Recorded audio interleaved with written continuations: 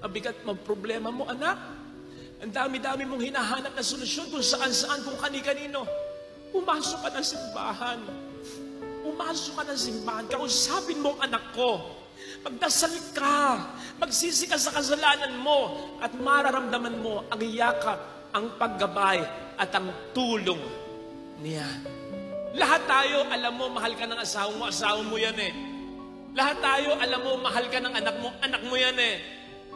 Lahat tayo, mahal tayo ng ating kapatid natin yan eh, kaibigan natin yan eh. Pero kailan mo mas na-appreciate at mas nakikilala, mas nararamdaman ang pagmamahal niya? Kapag meron ka ng mabigat na problema. Ganon din ang pagmamahal ng Diyos. Hindi ko sinasabi na magdasal tayo, Lord, bigyan mo ako ng pinakamabigat na problema upang makilala kita. No! Ang sinasabi ko, lahat tayo po pwedeng dumaan doon. That we experience hitting rock bottom.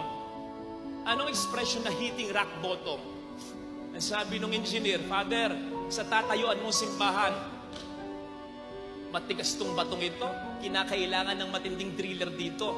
So, hitting rock bottom sa problema, parang yun ang pinakamabigat na problema. Wala nang mas titiin pa. Rock bottom ka na. May quote, ang sabi, God sometimes lets us experience hitting rock bottom for us to discover that He is the rock at the bottom. God allows us to experience hitting rock bottom for us to realize that He is the rock at the bottom. Kung minsan, iaalaw ng Panginoon na magkaroon tayo ng matinding problema na parang wala ng pag-asa, doon natin siya kasi mas mararamdaman ang kanyang kapangyarihan at pagmamahal. Doon natin siya mas ma-appreciate at makikilala. Kapatid, sa oras na magkaroon ka ng matinding problema, huwag kang lalayo sa Kanya. What?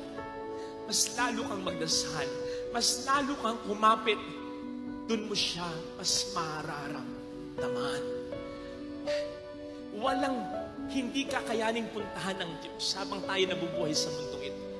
Kung papaano ang nanay mo, kahit nasa ka pupuntahan ka, walang hindi kakayaning puntahan ng Diyos habang tayo nabubuhay. Upang tayo ay Kanyang samahan at tulungan. Paniwalaan mo yan.